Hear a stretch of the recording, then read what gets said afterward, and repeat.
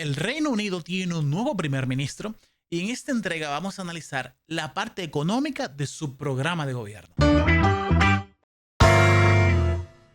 Keir Starmer es el nuevo primer ministro británico, un político de larga tradición en el Partido Laborista, organización que acaba de ganar una mayoría aplastante en el Parlamento del Reino Unido.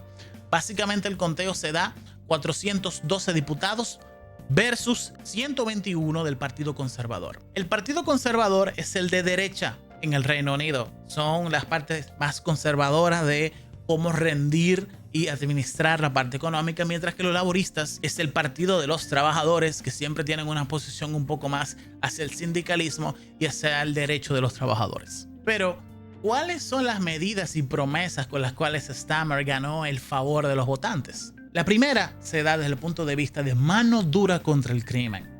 En esencia, él promete contratar más policías, darles mayor autonomía, sobre todo para la criminalidad común. Sin embargo, hay una propuesta que a mí me parece particularmente innovadora, y es el hecho de que se entiende desde el quehacer y la idiosincrasia británica que mucho del incremento de los homicidios y delincuencia que se ha dado y robos que se han dado en Londres y en todo el Reino Unido viene por la migración indocumentada. Una propuesta fundamental de Starmer es crear una división de persecución de las mafias que traen inmigrantes indocumentados para llevarlos a trabajar al Reino Unido y darle a ese comando de persecución de trata de personas el mismo nivel jerárquico que tiene el comando de persecución contra el terrorismo en el Reino Unido. Porque se ha analizado el tema de que desde el punto de vista económico es un negocio lo que hay con la migración indocumentada. Me explico. Hay una serie de organizaciones de crimen organizado que tienen base en África del Norte, le cobran dinero, le cobran pasaje a esos indocumentados que quieren ir a vivir en el Reino Unido, y ellos se encargan de hacer toda la estructura de logística y de transporte para llevar a esas personas no solamente al Reino Unido, sino ponerlas a trabajar. Entonces es un nivel de sofisticación más allá de sencillamente hordas desorganizadas de inmigrantes que van al Reino Unido a hacer una mejor vida.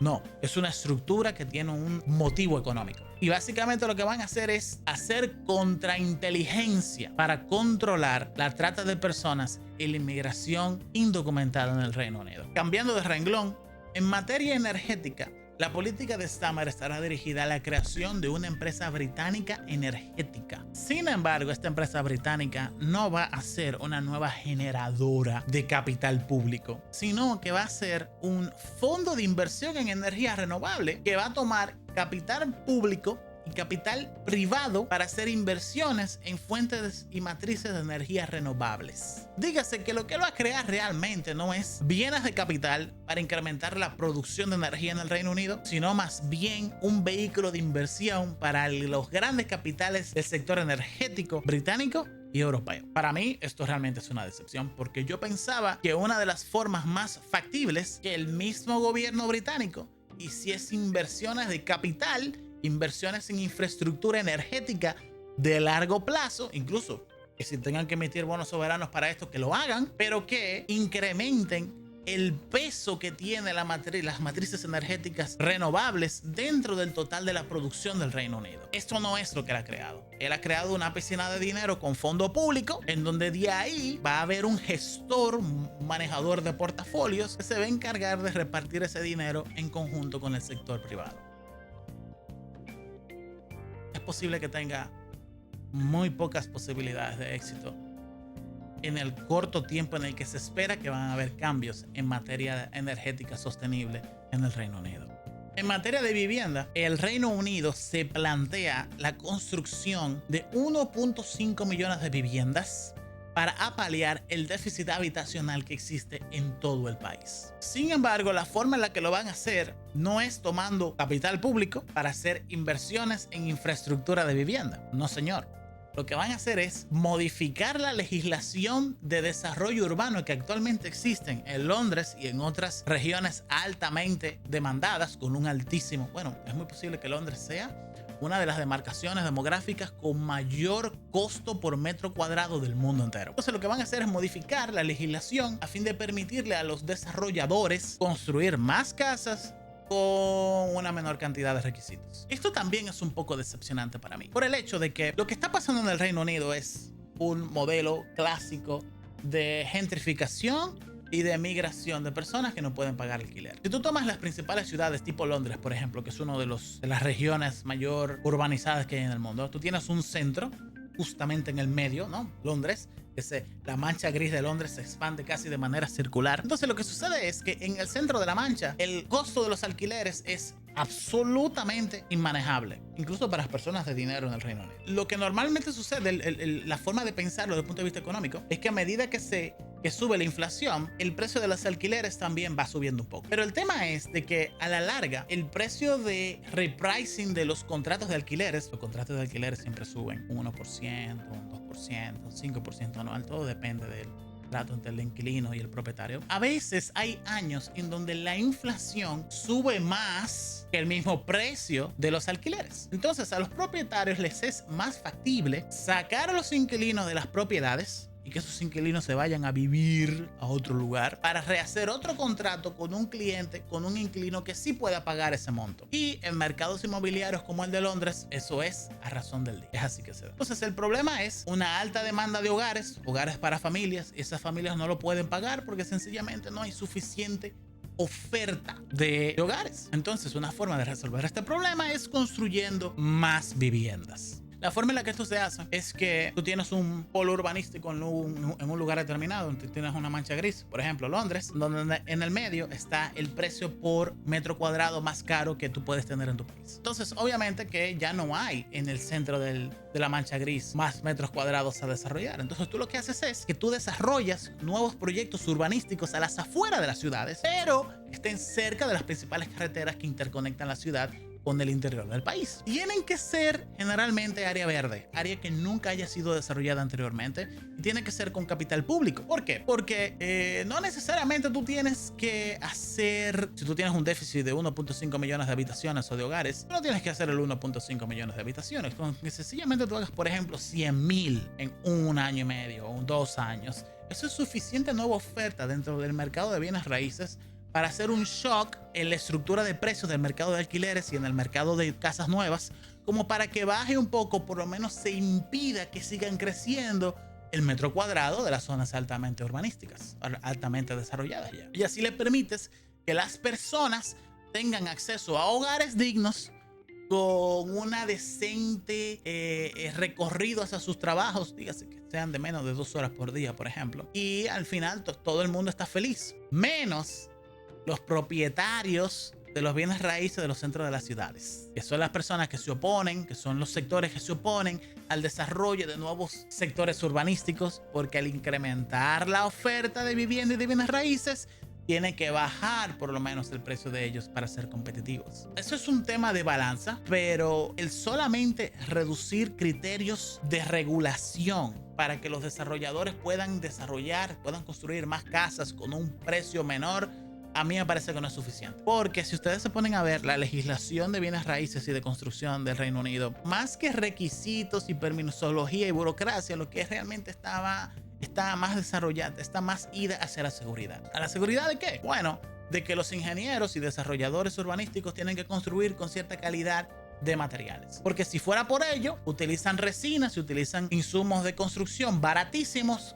que se queman rápidamente. Entonces tiene que venir la regulación británica, de inmobiliaria británica, para decirles: tú tienes que utilizar este tipo de requerimientos técnicos para tú construir una casa nueva, porque ese tipo de requerimientos es lo que necesita el departamento de bomberos para que no se queme una casa, o si hay un incendio se queme una casa y no se queme la cuadra completa. Por ejemplo, si tú desregulas, ellos se van a ir a utilizar los materiales más baratos, porque es como funcionan los negocios. Cómo funcionan los negocios en este tipo de mercados. La educación es también una de las principales partes del programa de gobierno de Keir Starmer. La propuesta en sí es la contratación para este año de 6.500 nuevos profesores en el sistema público y la reducción del impuesto selectivo a los colegios privados. El tema es que en el Reino Unido hay un poco más de 220,000 profesores. Si tú agregas 6.500, eso no mueve mucho la aguja para ningún lado. Y segundo, es muy posible ayude a ciertas familias país, porque allá sí tienen características muy similares a las que hay en la República Dominicana, en donde los colegios públicos no es que tienen una muy buena calidad de programa de estudios, pero a mí me parece poco. A mí me parece muy poco. Me parece muy poco. Si tú tienes un total de más de 220,000 maestros en el Reino Unido y tú vas a sumar 6,500, eso casi no es nada. Perdón, pero deberían de ser por lo menos 20,000 o 30,000, ¿no? Agregar un 10, un 15% más de profesores. Yo sé que yo estoy, ¿no?, aquí en Latinoamérica, pero es mi opinión al respecto. No creo que eso cambie mucho. Además de que la educación, hay un tema importantísimo, no solamente de cantidad de maestros, sino también de la calidad del programa de estudios, que es algo que falta en la propuesta educativa de Keir Starmer. No he visto nada al respecto de eso, y no es que yo no lo he visto, es que no están en las documentaciones del partido ni de su candidatura. Pueden revisar. Una de las últimas partes que tiene el programa económico de Keir Starmer para el Reino Unido es que quiere incrementar el total de nuevas visitas en el sistema público de salud en 40,000 nuevas visitas más por año. ¿Cómo se come esto? En el Reino Unido existe un sistema público de salud. Cuando tú tienes una dolencia, tú haces una cita, pero tienes que esperar a que te asignen el médico para la cita. El tema es que el queue, la fila para tú atender pacientes en el Reino Unido, en este momento está en 7,5 millones de personas esperando a ser atendidos por consultas, por operaciones, por trasplantes, por de todo. Y de nuevo, al igual que los maestros, si tú tienes una fila de 7 millones de servicios de salud pública y tú quieres agregar 40,000, respóndanse ustedes mismos. Y por último, pero no menos importante, el gobierno de Keir Starmer no va a subir el IVA, no va a incrementar impuestos sobre la renta, no va a incrementar el impuesto a sociedades, el impuesto a las empresas y las corporaciones. También va a ser muy recto y disciplinado con qué parte del presupuesto público del Reino Unido dedicas tu financias mediante la emisión de bonos soberanos y cuál se va desde el gasto público corriente normal del tributo de los impuestos. Me explico. Hay partidas dentro del presupuesto que sencillamente no dan dinero y lo que hacen es que emiten bonos soberanos para poder financiar eso. Y en los últimos 8 años se ha estado emitiendo bonos soberanos para pagar nómina del gobierno. Entonces lo que promete Starmer es que se va a financiar mediante bonos soberanos exclusivamente para inversiones de capital. Puentes, carreteras, hospitales, colegios, escuelas, etcétera, universidades, y que no se va a endeudar con bonos soberanos para pagar nómina. Es un tema como de volver a la disciplina fiscal, punto.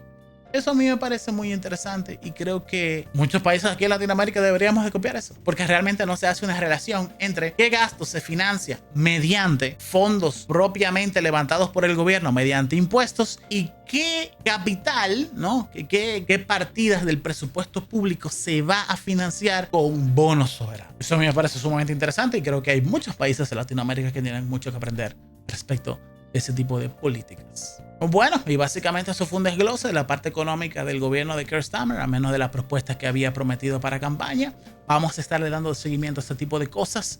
Mi nombre es Eriden Estrella. Si usted llegó aquí, dele like. Si no le gustó, dele un like. Y si ustedes entienden que es útil para ustedes, comenten y compártelo, porque realmente me gusta debatir con ustedes al respecto de estas propuestas que realmente pueden ser, uno, muy interesantes de debatir y dos, de aplicar en nuestros países latinoamericanos.